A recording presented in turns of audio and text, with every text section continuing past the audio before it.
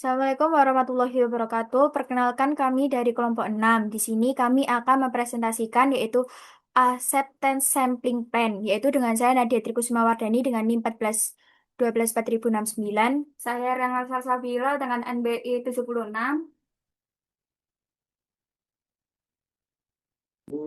Saya Fabian Bakasaputro dengan NIM 86. Saya Rarastia Pramustiari dengan NIM 14 12 400 106. Saya Ahmad Maulana Ferdiansyah dengan NIM 1412400175.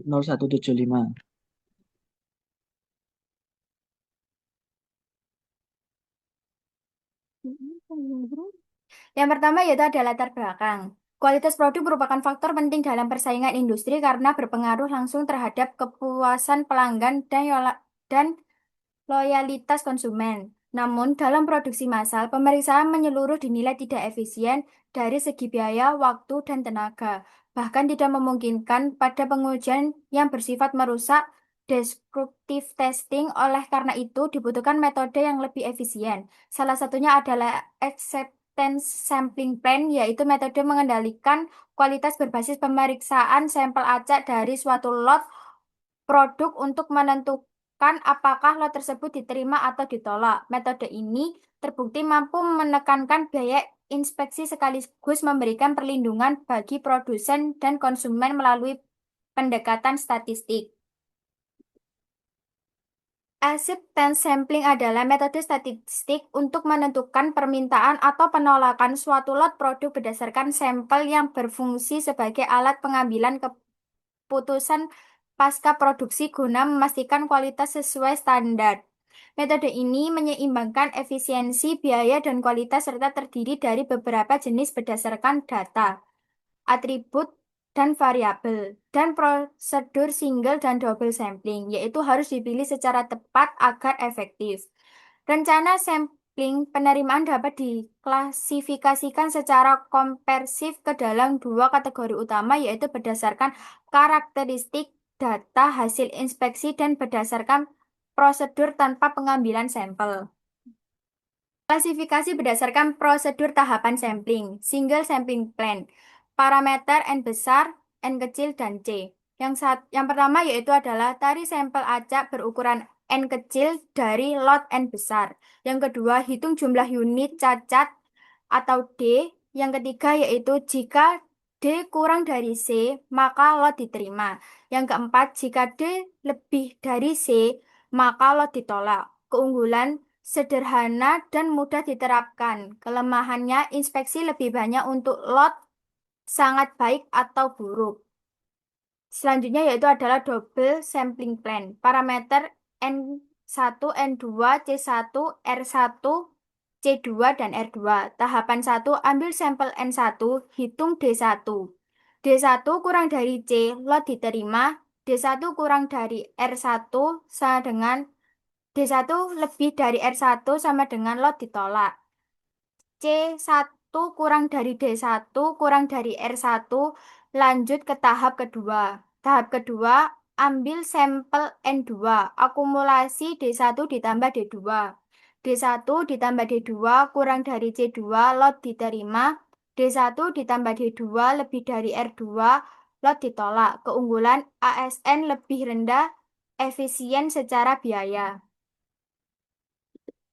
Kurva karakteristik operasi, yaitu dapat dilihat di sini, definisinya yaitu memetakan hubungan antara probabilitas penerimaan lot PA terhadap tingkat cacat real atau P. Distribusi binominal Poisson N lebih dari 16, P kurang dari 0,10 atau hipergeometrik lot terbatas. Efek N kecil ke atas yaitu kurva semakin curam, daya pemilihan makin tinggi. Efek ke bawah C yaitu kurva bergeser ke kiri, rencana sampling lebih ketat. Selanjutnya pada risiko statistik AQL dan LTPD. Untuk risiko produsennya, probabilitas lot berkualitas baik ditolak, merugikan produsen karena produk memenuhi standar namun tidak diterima. Resiko konsumen, probabilitas lot berkualitas buruk itu diterima, merugikan konsumen karena menerima produk yang tidak memenuhi standar. Parameter kunci pengambilan keputusan, AQL, itu kepanjangan dari Acceptable Quality Level. Definisinya, tingkat cacat maksimum yang masih dapat diterima sebagai rata-rata proses untuk melindungi produsen. Untuk LTPD itu Load Tolerance Present Defective, definisinya tingkat cacat maksimal yang masih dapat ditoleransi konsumen sebelum lot ditolak untuk melindungi konsumen. Penerapan di industri, yaitu makanan dan minuman, itu memeriksa kualitas kemasan, tingkat kebersihan produk, dan kesesuaian berat. Otomotif, memeriksa komponen kendaraan seperti baut, sistem rem, dan suku cadang lainnya. Dan untuk tekstil, itu mengevaluasi cacat kain, konsistensi warna, dan kualitas jahitan. Hubungan dengan pengendalian mutu itu acceptance sampling berfungsi sebagai alat pemeriksaan akhir dan biasanya digunakan bersama metode lain seperti statistical process control yaitu atau SPC dan diagram kontrol. Metode ini tidak bertujuan memperbaiki proses produksi melainkan mengevaluasi hasil produksi.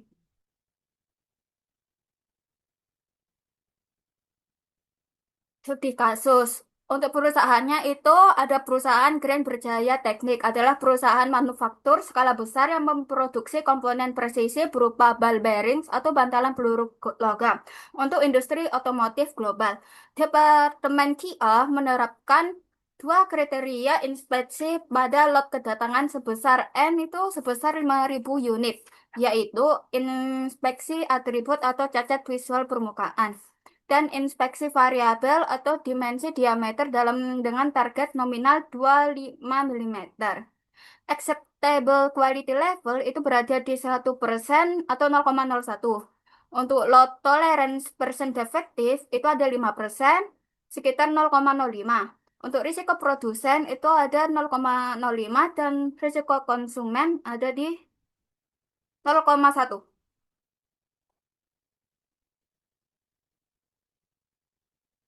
Untuk pertanyaannya, A itu bagaimana keputusan penerimaan lot menggunakan single sampling plan N125 C sebanyak 2. Jika diasumsikan total cacat yang ditemukan dari 125 sampel tersebut adalah konstan 2 unit. B. Bagaimana keputusan operasional dan langkah teknis inspeksi menggunakan skema double sampling plan berdasarkan kondisi nyata lapangan ditemukannya 2. C. Hitunglah nilai rata-rata sampel pemeriksaan atau average sample number atau ASN untuk membuktikan skema mana yang memberikan efisiensi pengujian terbaik bagi perusahaan jika kualitas lot sesungguhnya memiliki proporsi cacat atau P sebesar 1%.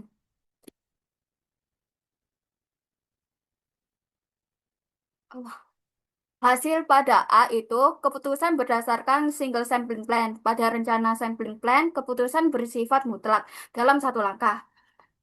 A. Jumlah cacat fisik ditemukannya itu ada 2. Batas maksimum angka penerimaan lot atau C itu sebesar 2. Analisis keputusan. Karena nilai cacat memenuhi syarat, maka keputusan statistiknya menyatakan lot kedatangan diterima. Seluruh 5.000 unit komponen ball bearings diloloskan masuk ke gudang penyimpanan produksi.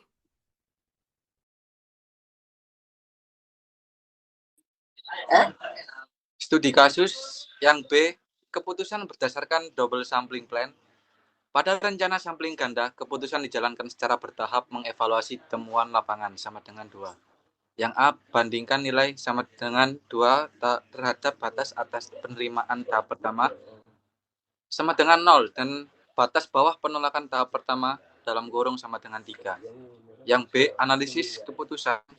Ditemukan bahwa nilai sama dengan 2 berada tepat di dalam selang rentang daerah ragu-ragu, yaitu C underscore dalam kurung 1 kurang dari D underscore kurang dari 1 kurang dari R underscore kurang dari 1 dalam kurung 0 kurang dari 2 kurang dari 3.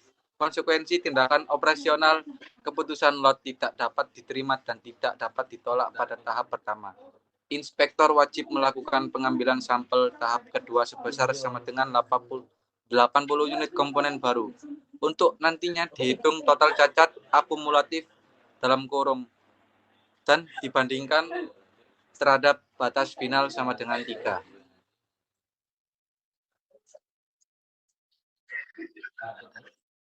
Yang C, rumus perhitungan ASN. ASN sama dengan N1 ditambah N2 dikali 1 min P1. Di mana P1 melambangkan probabilitas keputusan penerimaan atau penolakan lot dapat diselesaikan langsung secara cepat pada tahap pertama tanpa perlu mengambil sampel kedua. P1 sama dengan P dalam kurung D1 kurang dari C ditambah P dalam kurung D1 lebih dari R1. B menghitung nilai rata-rata cacat distribusi Poisson untuk sampel pertama. Berikut rumusnya. Yang C menghitung nilai probabilitas individual Poisson menggunakan berikut rumusnya. Dan selanjutnya, maka total nilai probabilitas keputusan di tahap awal P1 adalah P1 sama dengan 0,4493 ditambah 0,0474 sama dengan 0,4967. Yang D, substitusi nilai akhir ke dalam rumus ASN. ASN sama dengan 80 ditambah 80 dikali 1 dikurangi 0,4967. ASN sama dengan hasilnya 120,26 unit.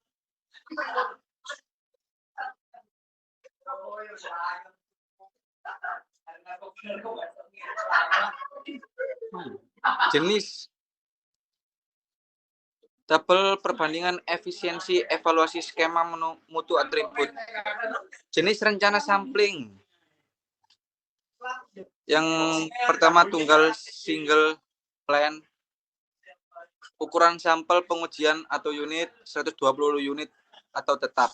Keputusan hasil analisis kasusnya lot diterima secara langsung. Karakteristik beban operasional kerja, pengujian konstan, administrasi pencatatan mudah dan sederhana bagi operator. Yang ganda 120,26 unit, keputusannya mengambil dan karakteristik beban operasionalnya sangat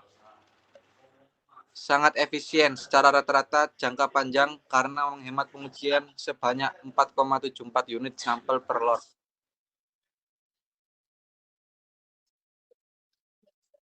Penjaminan akurasi dimensi fisis diameter dalam inner diameter ball bearings yang memerlukan presisi ketat mikro. Departemen QA menerapkan skema sampling variabel guna menghemat sampel uji dari kehancuran mekanis komponen atau destructive testing. Yang pertama, batas spesifikasi bawah atau lower specification limit atau LSL sama dengan 24,85 mm.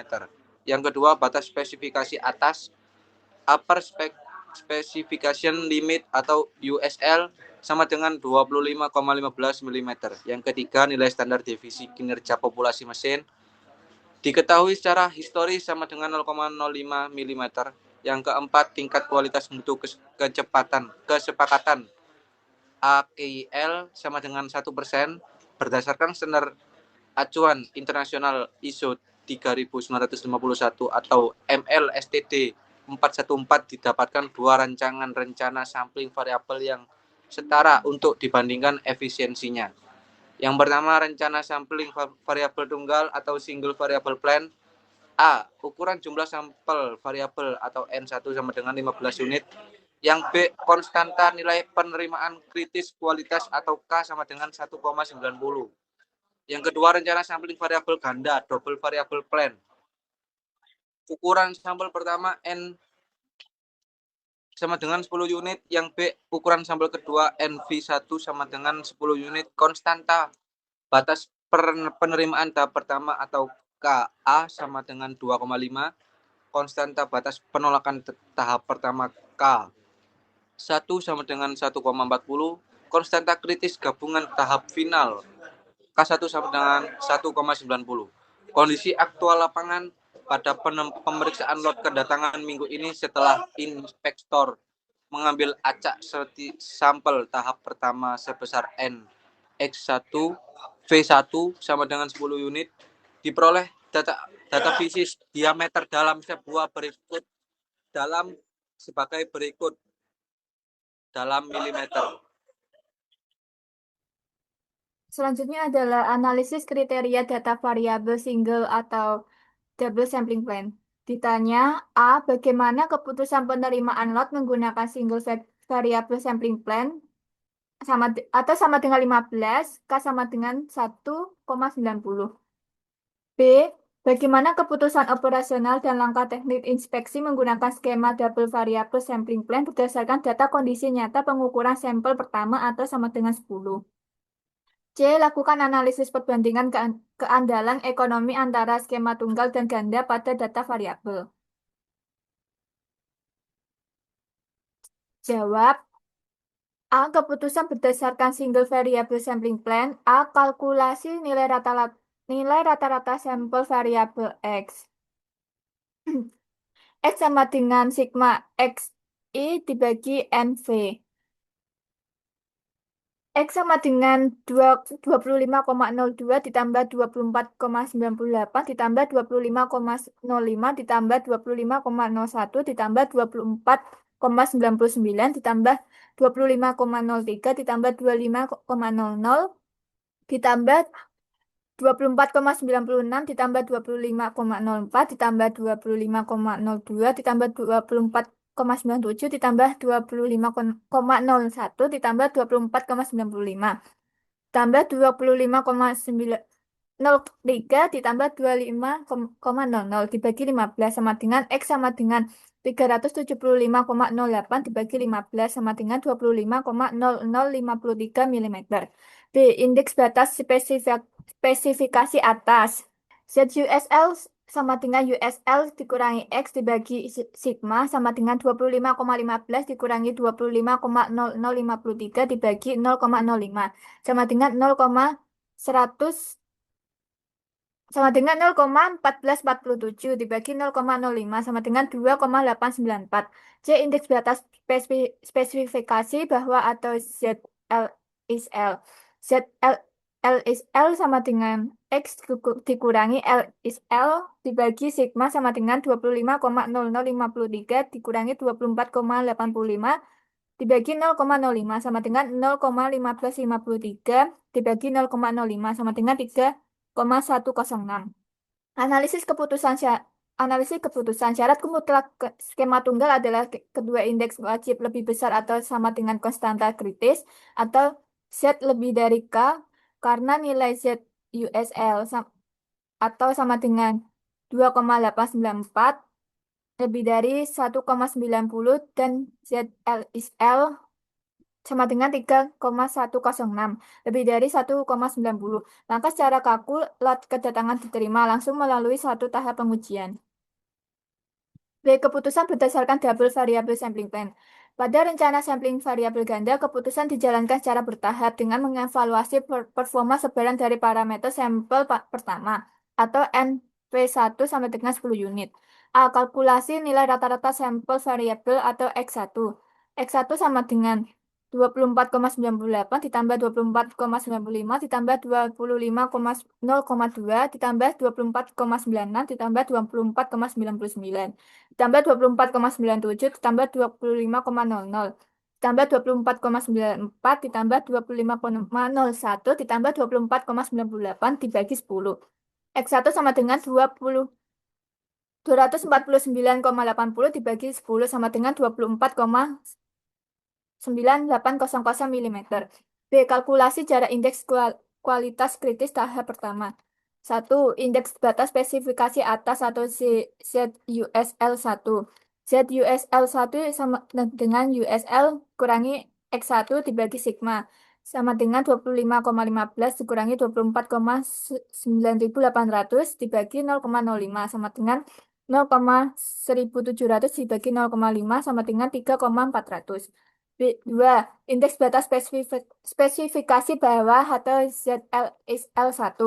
ZL is ZLSL1 sama dengan X1 dikurangi LSL dibagi sigma sama dengan 24,9800 dikurangi 24,85 dibagi 0,05 sama dengan 0,1300 dibagi 0,5 sama dengan 2,600.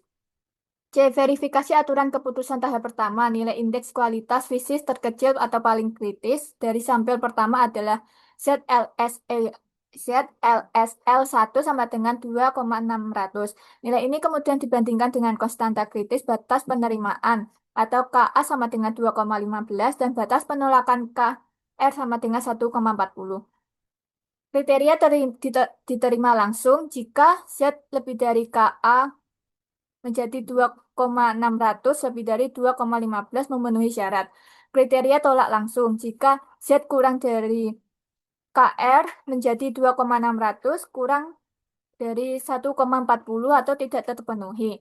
Yang ketiga, kriteria ragu-ragu atau ambil sampel kedua. Jika KR kurang dari Z, kurang dari KA menjadi 1,40, kurang dari 2,600, kurang dari 2,15 atau tidak terpenuhi.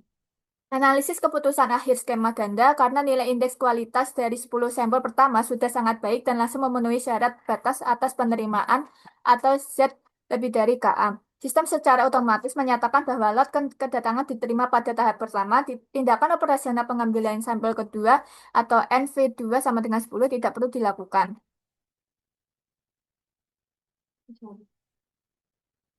Tabel analisis komparatif efisiensi evaluasi skema mutu variabel.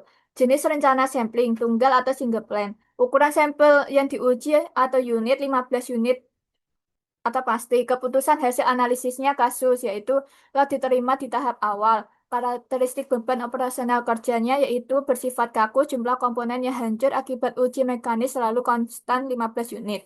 Dan yang kedua, ganda atau double plan. Ukuran sampel yang diuji yaitu 10 unit atau kondisi aktual.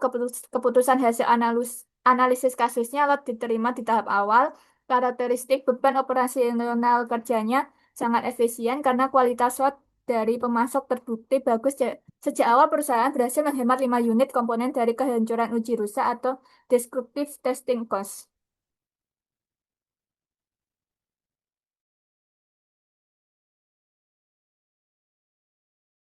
Untuk berikutnya yaitu kurva atribut single sampling plan. N sama dengan 125, C sama dengan 2. Untuk kurvanya ada gambar kurva di sebelah kiri dengan penjelasan kurva operating karakteristik atau OC pada single sampling plan menggambarkan hubungan antara persentase cacat dalam lot atau P dengan probabilitas penerimaan lot atau PA.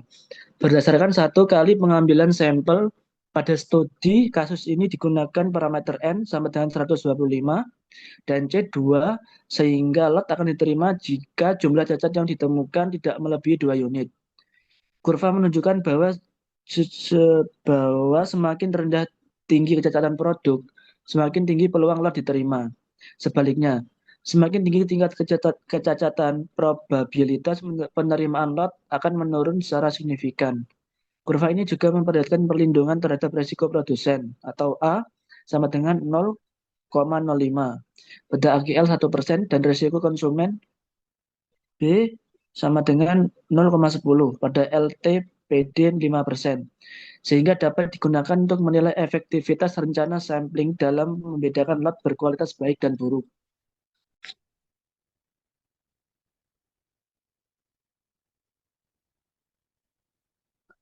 Untuk yang kedua yaitu kurva atribut double sampling plan dengan N1 sama dengan 80, N2 sama dengan 80, C1 sama dengan 0, C2 sama dengan 3, R1 sama dengan 3, R2 sama dengan 4.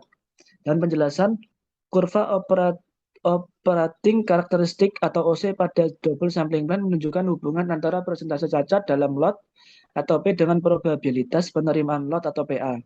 Kurva ini digunakan untuk mengevaluasi kemampuan rencana sampling ganda dalam membedakan lot berkualitas baik dan lot berkualitas buruk. Semakin kecil tingkat cacat, semakin besar peluang lot diterima. Sedangkan semakin besar tingkat cacat, probabilitas penerimaan akan menurun. Pada kurva ini, AKL sama dengan 1% menunjukkan tingkat kualitas yang masih dapat diterima dengan resiko produsen A sebesar 5%. Sedangkan LTPD 5% menunjukkan tingkat kualitas yang tidak diinginkan dengan resiko konsumen B sebesar 10%. Kurva yang semakin curam menandakan kemampuan diskriminasi kualitas yang semakin baik.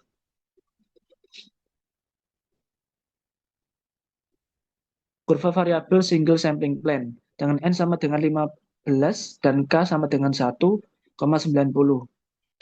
Untuk penjelasannya, kurva operasi karakteristik atau OC pada variabel single sampling plan menggambarkan hubungan antara tingkat kualitas LOT dengan probabilitas penerimaan lot atau PA berdasarkan pengukuran karakteristik kualitas yang bersifat kontinu. Pada studi kasus ini digunakan parameter N sama dengan 15 dan konstanta penerimaan K sama dengan 1,90. Kurva ini menunjukkan bahwa semakin baik kualitas produk dan semakin dekat nilai pengukuran terhadap spesifikasi yang ditetapkan, maka peluang diterima semakin besar. Sebaliknya, jika kualitas pada produk semakin menyimpang dari batas spesifikasi, probabilitas penerimaan akan menurun. Kurva ini digunakan untuk menilai efektivitas rencana sampling variabel dalam membedakan lot yang memenuhi spesifikasi dengan tetap mempertimbangkan risiko produsen dan risiko konsumen.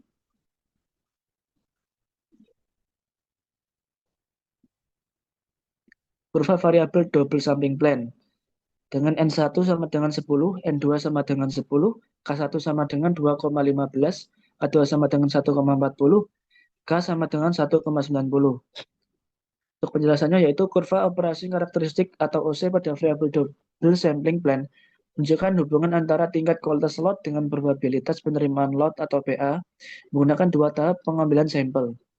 Pada studi kasus ini digunakan parameter N1 sama dengan 10, N2 sama dengan 10, K1 sama dengan 2,15, K2 sama dengan 1,40, dan K sama dengan 1,90. Jika hasil sampel pertama menunjukkan kualitas yang sangat baik, lot dapat langsung diterima tanpa pengambilan sampel kedua. Sebaliknya, jika kualitas sangat buruk, lot langsung ditolak. Apabila hasil berada pada daerah ragu-ragu, maka dilakukan pengambilan sampel kedua sebelum keputusan akhir ditetapkan. Kurva ini menunjukkan bahwa metode sampling ganda lebih efisien dibandingkan sampling tunggal karena dapat mengurangi jumlah sampel yang diperiksa ketika kualitas lot sudah dapat diputuskan pada tahap pertama. Keunggulan dan kelemahan acceptance sampling plan. Keunggulannya yaitu mengurangi biaya inspeksi secara signifikan, menghemat waktu dibanding inspeksi 100%, cocok untuk destructive testing, mengurangi kelelahan kerja inspektor, keputusan objektif berbasis statistik.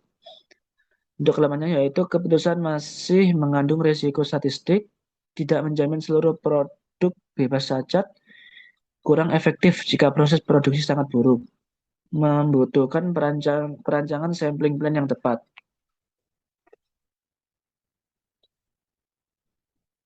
Yang terakhir yaitu adalah kesimpulan. Yang pertama, acceptance sampling plan adalah metode pengendalian mutu yang efisien untuk menentukan penerimaan atau penolakan lot berdasarkan pemeriksaan sampel.